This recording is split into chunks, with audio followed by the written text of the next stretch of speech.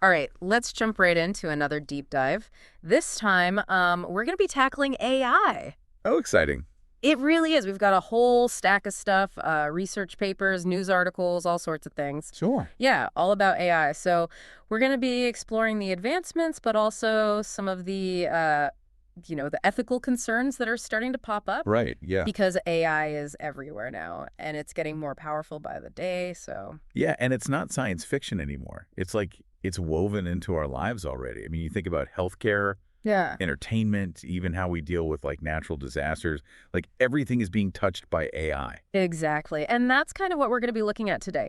So one of the things I was reading about, it was talking about how AI can actually spread medical misinformation, Oh, wow. even with just a teeny tiny amount of like bad data. Really? Yeah, like a tiny error can like snowball and Yeah, that's a bit scary, especially when you're talking about healthcare, right? right, because you're thinking about diagnoses, treatments, and Exactly, like your health yeah. is on the line. And if AI is being used to make decisions, but the data it's using is flawed, Oh, that's a big problem. And it really makes you question, like, how much can we actually trust medical AI? yeah.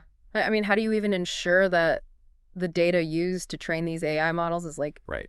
accurate and unbiased, especially with like the huge amounts of data they need. Well, I mean, it's a huge challenge, but, there are things like rigorous data validation processes. Mm-hmm. You have to make sure you're using diverse data sets, account for different demographics, different conditions. Yeah. And you also have to constantly monitor the output of the AI, make sure it's not going off the rails. So it's a constant process of refining and improving these systems. Okay, well, that's good to know. At least they're thinking about that and working on it. So Well, it's not all doom and gloom. One of the articles was actually talking about how AI is being used to fight wildfires, which oh, is really? amazing, right? Right. Especially in California. Like, that's a huge Right. problem. Yeah. I read about that too. They have this system called Alert California, Right. and it uses over 1,000 cameras and machine learning, Mm. just constantly scanning for wildfire. Yeah, 1,000 cameras. It's like having all these extra eyes just watching. Exactly. And it can detect things like, smoke patterns, unusual heat signatures, Mm-hmm. even before a fire, like, really starts to spread. And that's huge, right? Because climate change is just making these fires worse. Absolutely, yeah. So being able to respond quickly, Yeah. protecting communities, and minimizing damage, I mean, that's where AI can make a real difference. So that's a really good example of, AI actually being used for something good and beneficial. Right, yeah. But it also makes you think about like, okay, what about the data they're using to train those systems? Is it ethically sourced? Because we had this whole article about Meta and the controversy with them using, what was it, a shadow library to train their AI? Yeah, that was a big one. I mean, shadow libraries, they're basically online repositories of like pirated books and articles.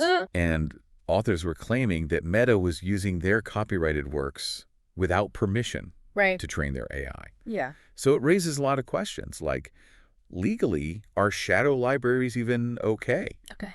But also, the bigger questions about copyright. Yeah, intellectual property. Exactly. And the ethics of all of this, right? Right. I mean, imagine if, like, your work was used to train an AI and you didn't even know about it.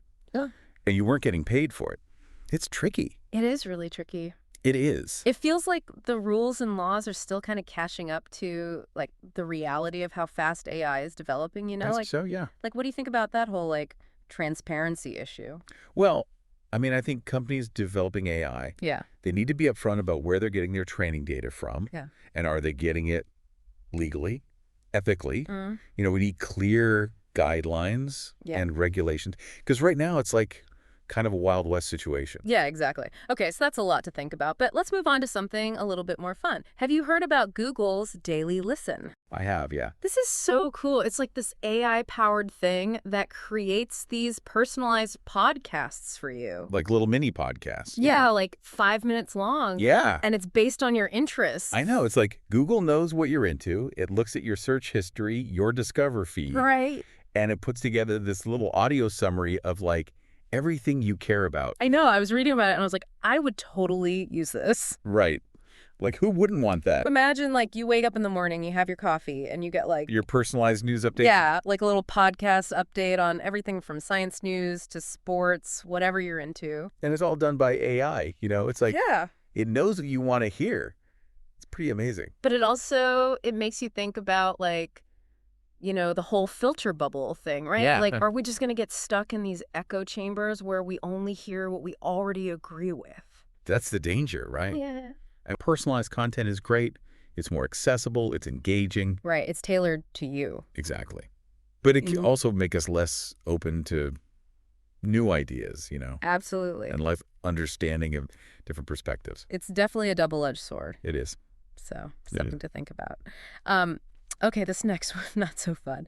This one was about job losses on Wall Street Oh, yeah.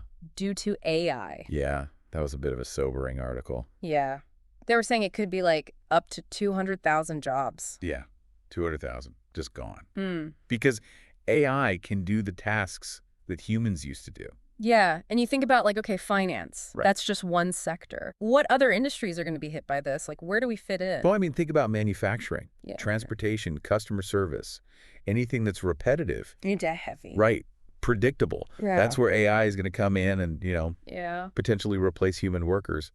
But it's not all doom and gloom. I mean, AI is also going to create new jobs, new opportunities. Okay, so like, The key is going to be adaptability. yeah. Like learning new skills. Yeah. Focusing on things that AI isn't good at, like creativity, critical thinking, Right. emotional intelligence, problem solving. Those are the things that are going to be really valuable in the future. So like, for our listener out there, Yeah. what skills do you think are like the most important to focus on now in this AI-powered world? Honestly, anything that makes us uniquely human, like I said, critical thinking, Yeah. empathy, collaboration, innovation, these are things that AI can't replicate, Right. at least not yet. So if you could develop those skills, you're going to be in a good position. Okay, good advice. So AI taking over jobs, potentially scary. But AI helping with scientific discoveries, that's super exciting. Right. I was reading about this AI that can decode gene activity in human cells. Yeah, that one was crazy. It blew my mind. It's called DET. Googie, right? And it can look at all this genomic data Yeah. and accurately predict how genes are going to behave. Yeah, even in cells it's never seen before. Exactly. I mean, this could revolutionize genetics research. Mm. We're talking about faster breakthroughs in understanding and treating diseases like cancer. It's amazing. It's like AI isn't replacing scientists. It's actually giving them superpowers. Right, so it's not just automating tasks, it's like augmenting our abilities, right? Exactly. It's pushing the boundaries of what's possible. Yeah. And then there was that article about AI that can mimic human voices, Oh, right. which is, again, mind-blowing. Yeah. Not just from a tech perspective, but think about the accessibility implications. Like, for people who've lost their voices. Yeah, or language barriers. Exactly. AI could break down so many communication barriers. That's incredible. So we've got all these cool applications, but then there's also all these updates happening like within the AI industry itself. Right, yeah. Like OpenAI, they're the ones who made ChatGPT. Yeah. Well, they just rolled out these custom instructions for their AI models. So basically, you can personalize your AI even more. Right. You can kind of train ChatGPT to like understand your specific needs, your preferences. Exactly, yeah. I mean, it's all about making AI more tailored to you. Okay, that's pretty neat. It is. What else was there? Oh, Microsoft has this new thing called R-star math, and it's letting them create like smaller AI models. Right. But without sacrificing performance. Yeah. Right. Which is huge, right? Because then you can have more powerful AI running on like your phone. Exactly. Or even smaller devices. It's all about making AI more accessible and more efficient. Yeah. That's exciting. What else was there? Oh, Alibaba has a web platform now for their QN AI models. Right. So they're making their AI more accessible to developers and researchers. Yeah, which is great because the more people who have access to these tools, the more innovation we'll see. Right, exactly. And then Cohere, they launched their North AI platform. Yeah. They're focused on like enterprise-grade AI solutions. So businesses can use AI even if they're not like tech experts, right? That's the idea, yeah. They're trying to make AI more user-friendly for businesses of all sizes. Wow, it's crazy how fast all this is happening. It is. It's a lot to keep up with. Yeah. Okay, last thing I want to touch on is XAI. That's the company Elon Musk started, right? Right. Well, their Grok AI, it has its own app now, separate from the X platform. So you don't need an X accountant to use it. Right. So you can access all the cool stuff Grok can do, like the image generation.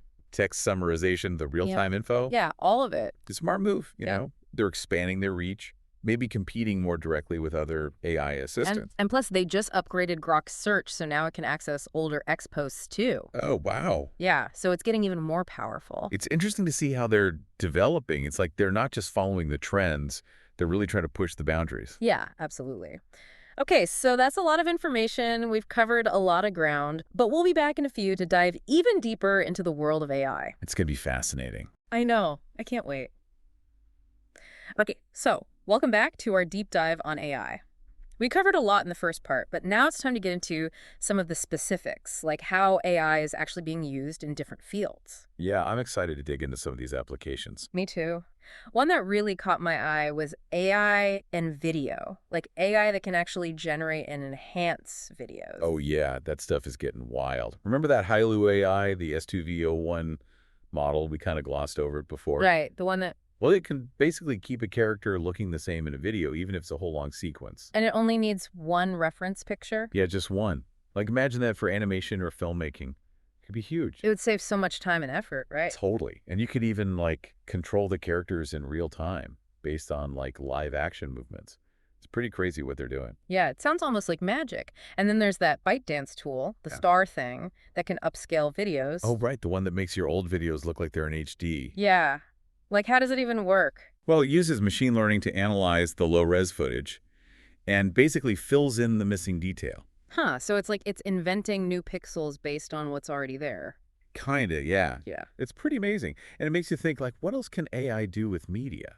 Right. We already talked about the personalized podcasts, but what about, like, music? Oh, yeah, AI is composing music now and writing stories, Mm. even creating art. Yeah, the AI art is crazy. Have you seen some of that stuff online? I have. It's mind-blowing. Like, you could barely tell it wasn't made by a human. Yeah, and some people are saying it's like a whole new era of creativity. Right. But it also brings up the question of, like, what does it mean to be creative? Hmm. If a machine can do it, you know? That's a good point. Like, where do we draw the line? And then there's the whole issue of, like, is it ethical? Right. I mean, AI can do all these amazing things, but we have to use it responsibly. Yeah, like we can't just let it run wild. Exactly. We need to make sure AI is used for good, Hmm. and that it benefits humanity as a whole. So it's like we have to guide its development. We can't just sit back and let it happen. Yeah, we need to be proactive and make sure AI aligns with our values, our goals as a society. That's a big responsibility. It is. It's a conversation we all need to be part of. And it's not just about, like, the big picture stuff. It's about how AI is going to affect our everyday lives. Totally. So for our listener out there, like, what are your thoughts on this? What excites you about AI? What worries you? Yeah, how do you see it changing your life, your work? Okay, so bringing it back to some of the specific developments we talked about, like those custom instructions for ChatGPT. Oh, yeah, that's pretty cool. It means you can basically train your AI to be more like you. Yeah, so it understands your needs, your preferences, your communication style. Exactly. It's like having a truly personal assistant. Yeah, I like that. And then what about that Sarmath thing from Microsoft? Oh, right. The one that makes smaller AI models. Yeah, so does that mean we'll be able to have, like, really powerful AI on our phones? No, potentially, yeah. Or even in, like, everyday objects. Imagine a smart refrigerator that can actually understand what you want. Whoa, that's a little creepy, but also kind of cool. Right. It's like blurring the lines between the digital and the physical world. And then Alibaba's doing that whole web platform thing for their Qwen AI models. Yeah, they were making their AI more accessible to developers and researchers. So more people can experiment with it, build new things with it. Exactly. Which is great. It means more innovation, more diverse perspectives on AI. So AI is not just for the big tech companies anymore. Nope, it's becoming more democratic, which is a good thing, I think. Definitely. And what was that other company? Cohere? They're focusing on making AI for businesses, right? Yeah, Cohere is all about enterprise solutions. They want to make it easy for any business to use AI, no matter how tech-savvy they are. So even small businesses can benefit from AI now. That's the idea. AI shouldn't just be for the big guys. It should be accessible to everyone. I think that's really important. Okay, so we've talked about AI in healthcare, in media, in business. Where else is it going to show up? Honestly, it's hard to say. AI is evolving so quickly, it's popping up everywhere. Yeah, it's almost like it has a life of its own now. It kind of does. Yeah, But that's what makes it so exciting, right? The possibilities are endless. I guess so. But it's also a little scary. Like, are we in control? Well, that's the million-dollar question, isn't it? We're the ones creating AI, but can we control it? Or will it eventually control us? That's like something out of a sci-fi movie. I know, but it's a question we have to ask ourselves. Definitely. Okay, so speaking of sci-fi and Elon Musk, let's go back to XAI for a minute. Right, the company he started. Yeah, because besides that whole Grok thing, they're also really focused on this idea of AI alignment, right? Yeah, making sure AI is aligned with human values and goals. Because Musk has been saying, like, AI could be dangerous if it becomes too powerful. Right, he's worried about AI becoming misaligned with our interests. Yeah, like what if it decides we're not necessary anymore? I know, it sounds crazy, but it's a legitimate concern. So XAI is trying to figure out how to make sure AI stays on our side, so to speak. Yeah, they want to make sure AI is working for us, not against us.